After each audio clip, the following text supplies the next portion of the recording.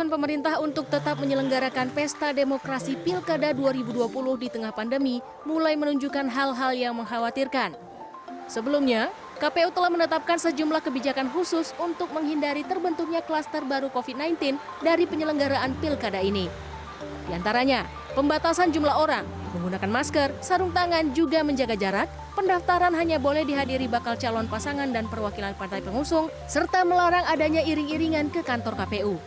Aturan yang dikeluarkan KPU ini pun dikuatkan dengan ancaman sanksi yang dinyatakan Menteri Dalam Negeri Tito Karnavian.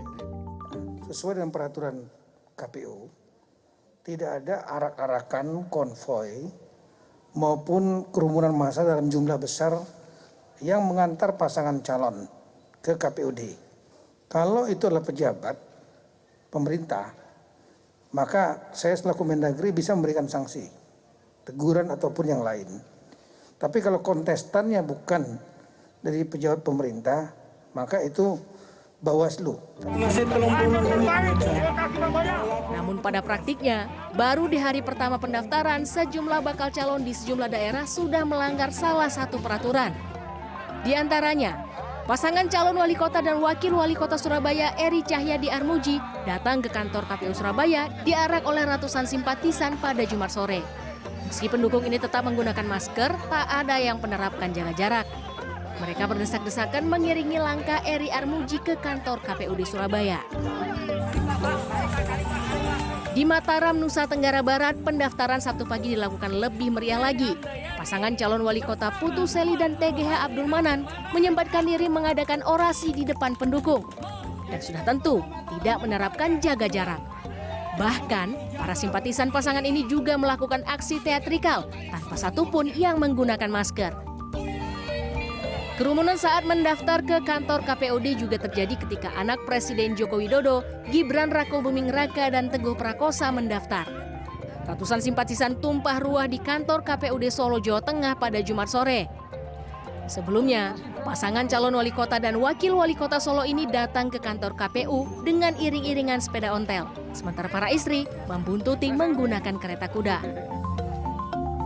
Adik ipar Gibran, Bobi Nasution, yang juga mencalonkan diri sebagai wali kota Medan, juga mendaftar pada hari pertama pendaftaran. Mengendarai motor Vespa, Bobi dan pasangannya Aulia Rahman diiringi simpatisan menuju kantor KPUD Medan. Palu sudah diketuk. Dengan segala pertimbangan, pemerintah tetap melaksanakan pilkada serentak. Seolah tak bisa ditunda, pesta demokrasi ini seperti kebutuhan yang mendesak. Meski faktanya, Indonesia dan dunia tengah berperang melawan wabah yang terus menyeruak. Pihak terkait harus siap dengan segala kemungkinan yang terjadi. Jangan sampai niat menjalankan demokrasi berubah menjadi petaka bagi negeri. Tim Liputan, CNN Indonesia. Hari pertama pendaftaran calon kepala daerah diwarnai beragam pelanggaran protokol kesehatan, larangan untuk tidak berkerumun, menggelar arak-arakan, dan mengerahkan massa pendukung diabaikan sebagian bakal calon kepala daerah. Potensi kerumunan massa juga akan terjadi menjelang tenggat waktu pendaftaran pilkada serentak. Pelanggaran terhadap protokol kesehatan akan menjadi presiden buruk di mata pemilih. Pilkada serentak justru menciptakan klaster penyebaran baru virus COVID-19. Malam ini kita akan membahasnya dengan narasumber yang sudah bergabung dari luar studio. Melalui sambungan Zoom ada Pak Rahmat Bagja, anggota Bawaslu Republik Indonesia. Selamat malam Pak Rahmat. Malam Mbak. Assalamualaikum. Waalaikumsalam warahmatullahi wabarakatuh. Ada juga Pak Saan Mustafa, Wakil Ketua Komisi 2 DPR RI, fraksi Nasdem. Selamat malam Kang Saan. Malam, Nak. Oke, dan ada juga Prof. Hamdi Muluk, Guru Besar Psikologi Politik Universitas Indonesia. Selamat malam Prof. Hamdi. Selamat malam, Nak. Oke, saya langsung saja ini ke Pak Rahmat. Sebagai pengawas ataupun wasit dari Pilkada Serentak 2020, banyak pelanggaran protokol kesehatan yang dilakukan oleh Bapaslon, bakal pasangan calon kepala daerah pada kemarin dan juga hari ini. Bagaimana evaluasi menyeluruh Bawaslu sejauh ini, Pak Rahmat? Oke, terima kasih Mbak. Para pembicara lainnya ada Kang Saan dan juga Prof. Hamdi. Salam hormat. Pertama, kami menegur ya teman-teman yang melakukan arak-arakan, kemudian sesuai dengan instruksi presiden, maka yang seharusnya melakukan penindakan adalah teman-teman kepolisian. Oke. Karena sampai saat ini menurut PKPU nomor 6 dan PKPU nomor 10, Bawaslu tidak bisa bertindak, bertindaknya hanya dengan melakukan penerusan pelanggaran, dugaan pelanggaran kepada teman-teman kepolisian. Karena ini bukan masuk dalam dana pemilihan ataupun masuk dalam ranah Bawaslu pada saat ini. Tapi kami tetap menghimbau kepada teman-teman yang melakukan arak-arakan agar tidak mengulanginya. Ada beberapa daerah yang sekarang hari kedua sudah mulai taat kepada instruksi presiden tersebut. Kami mendorong teman-teman untuk kemudian mematuhi seluruh instruksi presiden yang ada dan juga protokol COVID-19. Pak Rahmat, memang menurut Anda di PKPU nomor 6 dan juga 10 Bawaslu tidak bisa bertindak, yang bisa menindak adalah aparat kepolisian, tapi Bawaslu bisa meneruskan laporan-laporan yang terjadi di daerah-daerah pada saat pendaftaran kemarin dan juga hari ini kepada aparat kepolisian. Data dari Bawaslu, ada berapa paslon yang kemudian melanggar protokol kesehatan selama 2 hari pendaftaran ini, Pak Rahmat? Nah, ini lagi kita kumpulkan, Mbak. Ada beberapa yang kemarin terlihat ya.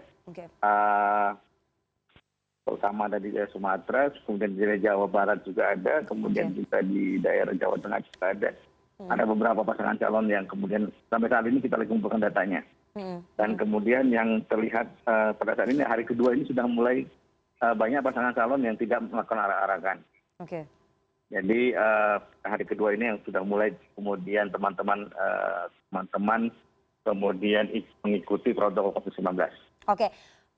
Yang kami dengar Bawaslu sedang merumuskan peraturan Bawaslu untuk bisa lebih menindak ataupun menegur paslon ataupun bapaslon yang melakukan pelanggaran terhadap protokol kesehatan. Apakah memang itu betul, Pak Rahmat? Ya Mbak. Karena walau dimanapun kita minta tanggung jawab kita bersama, tanggung jawab khususnya penyelenggara pemilu untuk kemudian seluruh tahapan proses pilkada sesuai dengan protokol COVID-19. Jadi tanggung jawab kami bersama, KPU, Bawaslu, dan juga seharusnya kemarin kami sudah melakukan sosialisasi agar teman-teman Bapaslon tidak melakukan arak-arakan dan juga tidak melakukan pengumpulan massa. Akan tapi dalam beberapa hal kemarin kami bekerjasama dengan Mendagri juga untuk mengingatkan pasangan calon yang ada. Saya mau langsung ke Komisi 2 sebagai mitra kerja KPU dan juga Bawaslu. Kang Saan, kalau melihat realitanya di lapangan meskipun dari KPU, kemudian Bawaslu, pemerintah dalam hal ini Kementerian Dalam Negeri dan juga Komisi 2 sudah menghimbau kepada bapaslon begitu untuk tidak melakukan arak-arakan dan tidak mengumpulkan massa. Tapi realitanya di lapangan itu tidak seperti itu, Kang. Realitanya banyak sekali yang melakukan pelanggaran terhadap protokol kesehatan. Bagaimana kemudian Komisi 2 melihat ini, mengevaluasi ini? Ya tentu dengan apa yang sudah dilakukan pada masa pendaftaran ya hari kemarin dan sekarang dan terakhir besok, Komisi 2 akan melakukan evaluasi terhadap tahapan ini dan akan mengundang KPU, Bawaslu dan juga Menteri Dalam Negeri untuk dilakukan evaluasi dan review terhadap apa yang sudah dilakukan. Karena waktu kita menyepakati pilkada tetap digelar di tahun ini, di tanggal 9 Desember, ada syarat. Salah satu syarat mutlaknya itu adalah bagaimana kepatuhan seluruh komponen yang terkait itu terhadap protokol kesehatan penanganan COVID-19. Karena semangatnya itu adalah pertama jangan sampai pilkada ini menimbulkan klaster baru. Klaster baru pilkada. Yang kedua kita ingin memastikan bahwa penyelenggara, peserta dan pemilih itu terjamin kesehatan dan keselamatannya.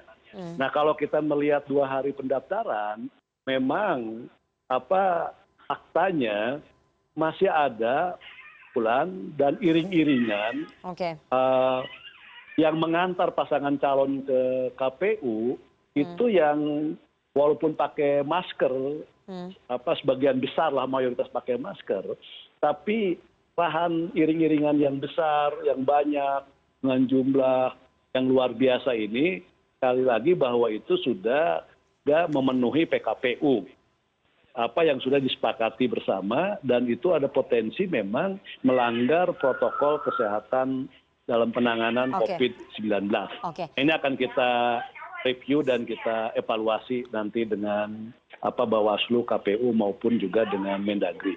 Nah, yang kedua terkait dengan itu tentu Bawaslu, KPU dan Mendagri, kita juga mungkin secara psikologis harus memahami ini soal antusiasme ya. Mungkin dari pasangan calon juga sudah berusaha untuk membatasi, tapi memang keterlibatan secara bersama KPU, Bawaslu, Kemendagri dan juga partai politik serta pasangan calon untuk bisa meyakinkan kepada para pendukungnya bahwa dalam konteks mengantar pasangan calon dan bahkan nanti ketika tahapan berikutnya kampanye, bahwa kita ini ada dalam suasana COVID-19.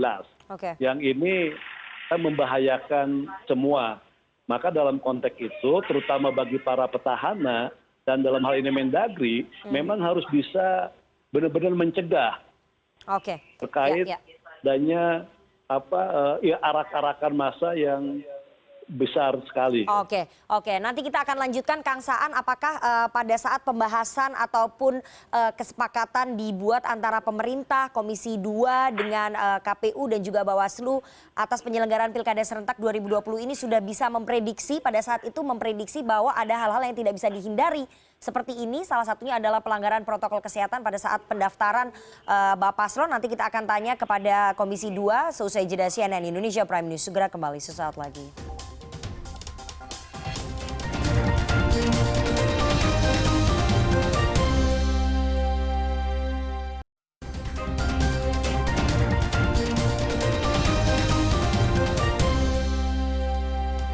Anda masih bersama kami di CNN Indonesia Prime News dan kita akan lanjutkan perbincangan kita dengan para narasumber yang bergabung dari luar studio melalui sambungan Zoom. Ada Pak Rahmat Bagja, anggota Bawaslu Republik Indonesia, kemudian ada Kang Saan Mustafa, Wakil Ketua Komisi 2 DPR RI, dan juga ada Profesor Hamdi Muluk, Guru Besar Psikologi Politik Universitas Indonesia. Saya lanjutkan dulu ke Kang Saan, baru nanti saya mau tanya ke Prof. Hamdi. Kang Saan, dari beberapa Bapaslon yang ditegur ataupun mendapatkan teguran dari Kementerian Dalam Negeri soal pelanggaran protokol kesehatan itu adalah calon Bupati dan Wakil Bupati Karawang, Selika Aep, dan kemudian calon Wali Kota dan Wakil Wali Kota Solo, Gibran Teguh, kemudian calon wali kota dan wakil wali kota Medan, Bobi Nasution, dan juga Aulia Rahman. Itu semua adalah calon-calon yang diusung juga oleh partai Anda, Partai Nasdem. Apakah partai sudah menegur tokoh-tokoh ini, calon-calon kepala daerah ini, Kang Saan?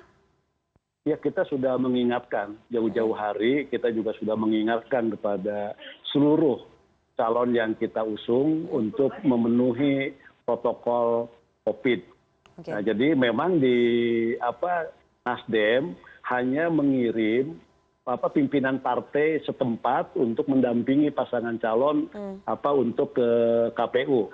Ketika saya hadir di Cianjur juga kemarin, saya sampaikan juga kebetulan juga petahana untuk tidak membawa jumlah massa yang besar. Bahkan kalau perlu jalan kaki, dan memang pasangan calonnya jalan kaki dan tidak perlu ada orasi politik dan sebagainya. Partai sudah mengingatkan, partai juga sudah menyampaikan berbagai konsekuensi, apalagi misalnya para petahana ini umumnya di daerah sebagai ketua gugus tugas penanganan COVID, dan tentu mereka harus memahami dan menyadari posisi mereka selain sebagai petahana, selain sebagai kepala gugus tugas, dan juga sebagai tangan calon yang periode berikutnya. Nah, ketiga posisi ini harus dipahami betul-betul agar mereka ke depan bisa menjadi contoh bahwa posisi mereka bukan hanya sebagai pasangan calon, tapi mereka juga adalah sebagai ketua gugus tugas yang ada di daerah. Karena itu mereka harus memberikan contoh. Dan apa yang sudah dilakukan oleh Mendagri dengan memberikan teguran, menurut saya itu sudah tepat. Sehingga ke depan ini masih banyak tahapan yang akan dilalui, terutama tahapan kampanye, itu untuk benar-benar bisa diawasi, bisa dicegah, terutama bagi para petahana dan juga pasangan lain, untuk taat terhadap yang namanya peraturan PKPU terkait dengan protokol kesehatan penanganan COVID. Dan tentu ya hanya Mendagri, termasuk di dalamnya adalah partai politik. Karena partai juga punya tanggung jawab bagaimana apa yang namanya pilkada ini, sekali lagi jangan sampai menimbulkan yang namanya klaster pilkada terkait dengan penyebaran COVID-19. Oke, Kang Saan, berarti partai hanya sebatas memperingatkan saja, tidak ada ultimatum keras ataupun tidak ada sanksi yang diterapkan oleh partai politik terhadap mereka-mereka calon kepala daerah yang kemudian melanggar protokol kesehatan pada saat melakukan tahapan pilkada, begitu ya Kang ya? Ya, karena proses sudah berjalan dan kita menyerahkan B1 KWK. Apa yang sudah dilakukan kemarin tentu akan kita evaluasi. Karena tadi secara psikologis ada semacam euforia, ada semacam ada hal yang memang mungkin tidak bisa terbendung. Dan ini memang apa yang harus diantisipasi ke depannya. Bukan diantisipasi lagi. Dengan apa yang terjadi 2 hari kemarin, ini sebagai bahan evaluasi untuk sampai tanggal 9 Desember, supaya apa yang terjadi tidak terulang kembali. Oke, saya mau langsung ke Profesor Hamdi Muluk. Profesor Hamdi Muluk, ini sebetulnya sudah banyak kemudian tenaga medis, banyak juga pakar-pakar medis yang memperingatkan pemerintah agar menunda pelaksanaan pilkada serentak karena mengkhawatirkan apa yang terjadi di lapangan saat ini. Banyaknya pelanggaran protokol kesehatan, ini baru tahapan pertama, tahapan pendaftaran. Bagaimana kemudian secara psikologi Anda melihat bahwa yang dipertontonkan oleh calon-calon kepala daerah ini, kemudian para pendukungnya ini kan kemudian menimbulkan kekhawatiran dan juga keresahan begitu, Prof. Hamdi? Iya, ini memang masalah kita di tengah pandemi ini sekarang secara umum ya. Tidak hanya masalah di konteks politik pilkada ini, secara umum bahwa kita memasuki masa new normal. Itu kesepakatan kita bersama bahwa seluruh aktivitas kalau bisa tetap bisa dijalankan, tapi dengan kesadaran penuh bahwa aktivitas itu dijalankan dengan keterbatasan-keterbatasan. Aktivitas tidak bisa sama, kita membayangkan ketika situasi normal, bahwa aktivitas kehidupan ini dilakukan dengan memakai protokol kesehatan yang sangat ketat, ya, menjaga jarak, memakai masker, mencuci tangan, dan baku bersih. Itu harus menyeluruh. Nah, jadi kan perilaku itu harus menjadi kesadaran tiap individu, ya.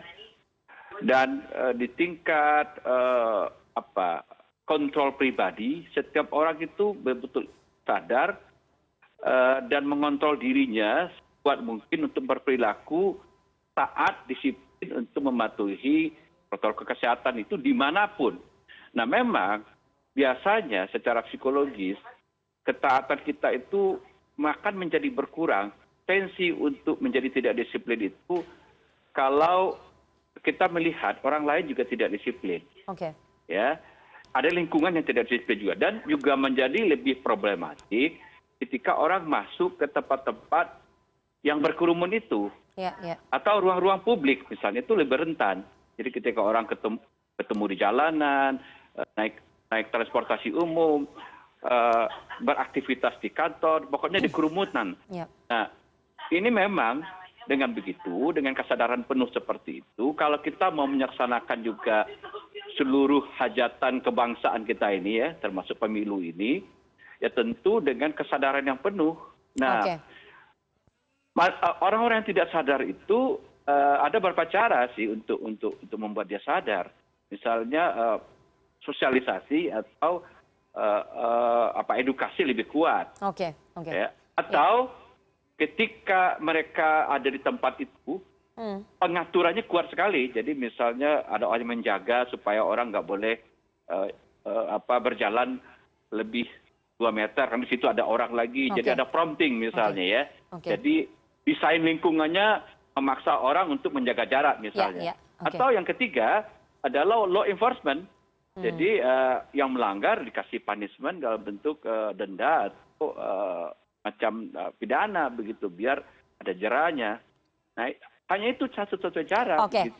Prof. Hamdi, Anda melihat secara psikologi masyarakat kita, terutama yang menengah ke bawah yang menjadi pendukung dari Bapaslon ini, apakah kemudian mereka sudah bisa menaati ataupun taat terhadap protokol kesehatan dan juga law enforcement apakah sudah dilakukan dengan baik begitu oleh aparat atau memang tidak berjalan begitu, Prof? Ini masalah kita secara nasional, Mbak, nggak hanya masalah pendukung paslon ya, semua lapisan masyarakat kita, baik yang kadang-kadang saya perhatikan yang menengah juga, yang di bawah juga, yang di atas, bahwa kesadaran cara penuh untuk mengimplementasikan protokol kesehatan itu dengan kewaspadaan yang tinggi, nggak sama begitu. Nah, ada orang-orang yang misalnya menganggap enteng.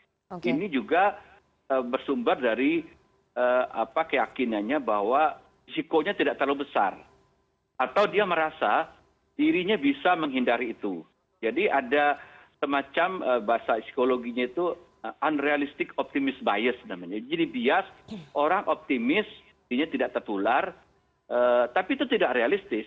Karena semakin kita masuk dalam kerumunan misalnya, dan ada kerumunan-kerumunan apalagi ada yang berdesak-desakan begitu, mungkin masker akan jadi longgar gitu ya. Kemungkinan tertular akan lebih besar. Jadi risikonya lebih besar. Tapi orang suka merasa risikonya nggak sebesar yang dia bayangkan. Risikonya mungkin kecil. Jadi dia berani turun ke jalanan itu. Nah itu problemnya Mbak Nana ya. Jadi itu membuat kewaspadaan orang berkurang. Nanti jadi apakah solusi seperti yang saya bilang tadi, desain fisiknya ketat sekali, jadi nggak mungkin orang berdiri nggak ada jarak yang dipatok keras betul gitu ya, seperti orang antrian misalnya, di situ ada petugas yang mengawasi begitu. Nah itu bisa gitu, tapi kenyataannya kan nggak seperti itu. Saya membayangkan nanti juga waktu orang pemungutan suara nanti, itu kan juga problem itu. Bagaimana semua orang disiplin itu. Tahan dulu Prof, nanti kita akan sampai ke situ. Nanti kita akan tanya kepada Pak Rahmat Bagja sebagai anggota Bawaslu Republik Indonesia bagaimana memastikan pada tahapan selanjutnya sampai pemungutan suara tidak ada lagi pelanggaran terhadap protokol kesehatan, karena sepertinya sulit. Nanti kita akan tanya apa strategi yang akan dilakukan oleh Bawaslu dan juga saran dari Komisi 2 seusai jeda. CNN Indonesia Prime News segera kembali sesaat lagi.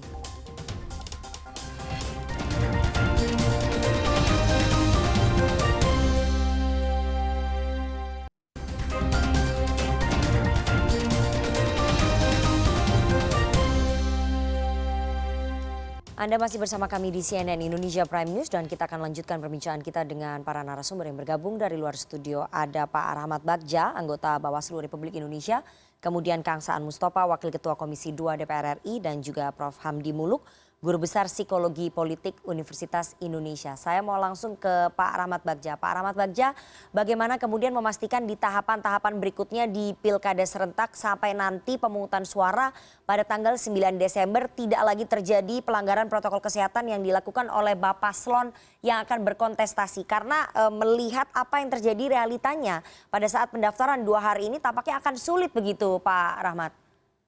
Ya betul. Betul Mbak, dengan evaluasi kita kemarin. Baru saja tadi beberapa hari di siang kami ditanya oleh wartawan.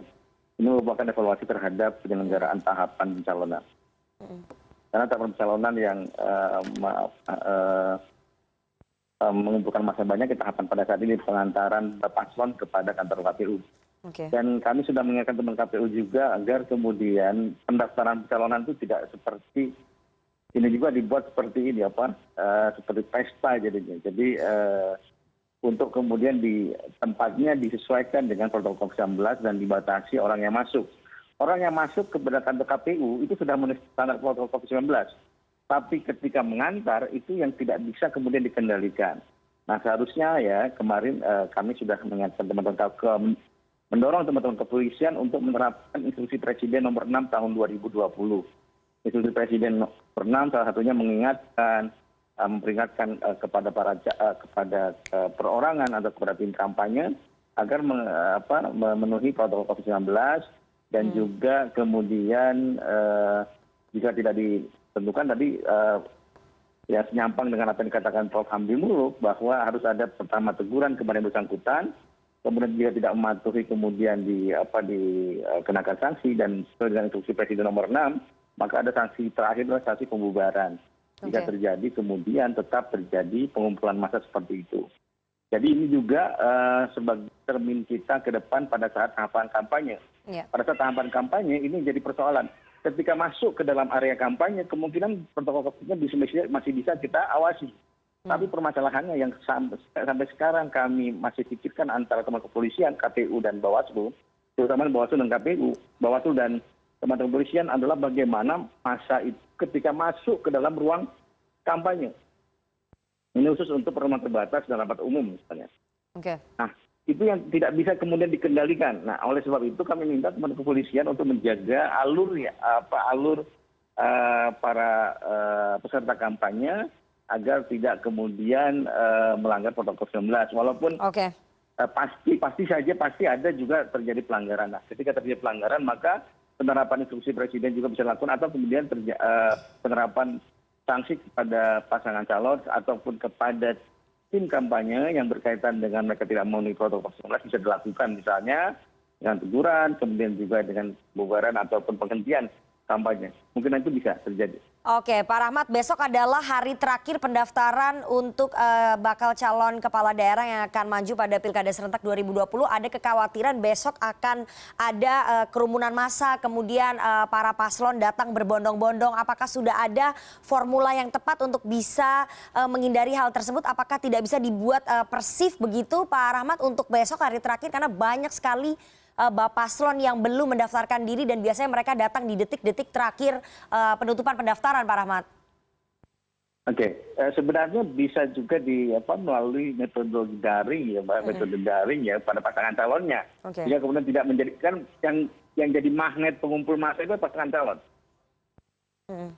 Dengan kemudian tetap diantarkan oleh tadi pengurus partai yang mendukung persyaratan calonannya, pasangan calonnya berada di luar KPU atau kemudian di tempatnya masing-masing untuk kemudian diverifikasi melalui metode daring. Itu ada seperti itu.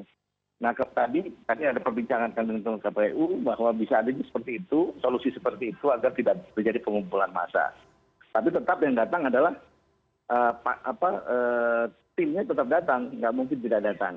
Diserahkan secara apalagi kemudian sudah masuk dalam sipol kan pada saat sudah masuk dalam silot. Persyaratan-persyaratan yang ada. Oke, Kang Saan, apa catatan dari Komisi 2 ke depannya agar kemudian pelanggaran protokol kesehatan bisa diminimalisir pada tahapan-tahapan pilkada berikutnya? Karena kalau tadi dari Pak Rahmat sudah mengatakan beberapa catatan penting begitu, yang terutama yang di-highlight adalah bagaimana penggunaan law enforcement ataupun penegakan hukum dari teman-teman aparat kepolisian. Apa catatan dari Komisi 2, Kang Saan? Ya, pertama ada dua tahap yang krusial ya setelah pendaftaran pasangan calon, yaitu kampanye pada saat pungut hitung tanggal 9 Desember. Walaupun di PKPU sudah diatur kampanye itu baik terbuka maupun di ruang tertutup, yaitu 50% dari kapasitas ruang atau lapangan. Kalau ruangannya kapasitasnya 500, maka yang boleh masuk sekitar 250 dengan standar protokol COVID yang ketat. Nah, bagaimana bisa memastikan PKPU ini berjalan? Maka ini Bawaslu dan aparat hukum yang lain untuk tegas dan tidak mentolerir. Artinya mereka yang arak-arakan, yang di luar dan sebagainya, saya yakin nanti ketika misalnya dia di dalam gedung, sesuai dengan kapasitas gedung itu hanya digunakan 50%, pasti di luar akan banyak orang yang tidak bisa terkontrol. Nah, disinilah aparat baik pemerintah daerah, kepolisian, Bawaslu dan juga KPU untuk bisa tegas terhadap hal-hal yang bertentangan dengan protokol COVID. Nah, yang kedua pada saat pungut hitung tanggal 9 Desember, Komisi 2 sudah menyetujui terkait dengan soal penambahan TPS. Kalau sekada di masa normal, jumlah pemilih per TPS itu ada 800. Dan kemarin per TPS ya, dan kemarin kita batasi maksimal 500. Bahkan kita juga pernah mengusulkan untuk memperpanjang durasi dari jam 7 sampai jam 3 sore. Tapi kan di undang-undang eksplisit bahwa TPS itu dibuka jam 7 sampai jam 1, Ya. sehingga tidak bisa dilakukan perpanjangan Oke. masa pemungutan dan perhitungan di TPS. Ya, ya. Nah, karena itu Oke. KPU dengan Bawaslu, walaupun di dalam diskusi kita di dalam pembahasan PKPU maupun ketika kita rapat dengan pendapat maupun konsultasi dengan KPU Bawaslu, sudah diatur nanti ada bertahap datang ke TPS. Ya. Misalnya dari jam 7 sampai jam 8 berapa orang berdasarkan nomor urut terdaftarnya, nanti tahap sehingga mengurangi potensi berkerumunnya Oke. pemilih di TPS yang itu potensi melanggar protokol COVID. Nah, Oke. hal Ya, seperti ini harus didetilkan, harus dimulai dari sekarang disimulasikan, Ya. supaya pengalaman pada masa pendaftaran 2 hari yang lalu itu tidak terulang di 2 tahapan yang krusial yang menurut saya itu membutuhkan penanganan yang maksimal, yaitu masa kampanye dan masa pungut hitung tanggal 9 Desember. Itulah 2 titik rawan terkait dengan potensi pelanggaran terhadap protokol kesehatan COVID-19. Oke, terakhir ke Prof. Hamdi. Prof. Hamdi, apakah kemudian peringatan dan juga sanksi teguran yang disampaikan ataupun diberikan oleh Kementerian Dalam Negeri, KPU dan juga Bawaslu kepada Bapaslon ini membuat mereka jera ataukah malah tidak bisa terhindari lagi nanti pada masa kampanye dan juga pemungutan suara, meskipun tadi ada optimisme dan juga rencana-rencana yang sudah disampaikan oleh Kang Saan dari Komisi 2 untuk bisa lebih didetailkan lagi dalam PKPU untuk bisa menghindari pelanggaran protokol kesehatan. Prof. Hamdi, singkat saja karena waktu kita pendek. Ya, saya kira memang kita harus lebih keras untuk memberikan sanksi dan kalau perlu pidana gitu yang paling tinggi sekalipun kepada paslon yang melanggar. Jadi kita himbau saja kampanye tidak usahlah pakai kerumunan massa, semua di online kan saja atau di TV begitu, si airtime yang murah. Nanti kalau pelaksanaan pungut suara itu banyak orang yang nggak mau juga harus dibuka kemungkinan menurut saya jemput ke rumah-rumah atau by post begitu untuk mencegah orang datang. Kenapa tidak begitu? Karena hari ini kesehatan itu adalah harga yang paling mahal untuk Republik ini. Oke, terakhir singkat saja Prof. Hamdi, apakah kemudian kalau pelanggaran protokol kesehatan terus-menerus terjadi pada tahapan pilkada selanjutnya ini akan menimbulkan kekhawatiran di tengah masyarakat yang menjadi pemilih dalam pilkada serentak dan mereka tidak akan datang begitu ke TPS? Secara psikologi akan ada ketakutan seperti itu? Itu yang saya bilang tadi, kemungkinan akan banyak orang yang tidak mau datang. Nah itu bagaimana atas fairness-nya nanti, apakah pemilu ini masih punya legitimasi? Apakah tidak sebaiknya kita jemput bola misalnya ke rumah-rumah atau kita edarkan secara pos, suara by pos sebelumnya begitu, harus ada mekanisme seperti itu saya kira jalan keluarnya. Karena secara psikologis banyak orang yang ketakutan dan itu pasti akan mengurangi jumlah orang ke TPS dan itu akan mengurangi voter turnout gitu loh, partisipasi pemilih itu sudah pasti itu. Oke, nanti kita tunggu saja bagaimana kemudian strategi ataupun langkah-langkah yang akan disiapkan oleh pemerintah, Kementerian Dalam Negeri, kemudian KPU, Bawaslu dan juga Komisi 2 dalam hal ini DPR untuk bisa mengatasi persoalan pelanggaran protokol kesehatan yang terjadi sehingga nanti ke depannya pada saat tahapan-tahapan pilkada seperti masa kampanye dan juga pemungutan suara 9 Desember itu tidak akan terjadi karena kalau tidak ada jaminan dari semua stakeholders maka masyarakat ataupun pemilih kemudian akan menjadi takut, ada kekhawatiran mereka tidak akan datang ke TPS dan itu akan mempengaruhi legitimasi dari hasil pilkada serentak 2020. Kita sudah dapat poinnya. Terima kasih sekali Bapak-Bapak atas waktunya malam hari ini kepada CNN Indonesia Prime News. Ada Pak Rahmat Bagja, anggota Bawaslu Republik Indonesia, ada Kang Saan Mustafa, Wakil Ketua Komisi 2 DPR RI dan juga Profesor Hamdi Muluk, Guru Besar Psikologi Politik Universitas Indonesia. Selamat malam Bapak-Bapak, terima kasih sekali waktunya kepada CNN Indonesia Prime News. Malam semuanya. Jasa Marga melakukan penyesuaian tarif tol Cipularang dan tol Padalenyi. CNN Indonesia Prime News segera kembali dengan informasinya.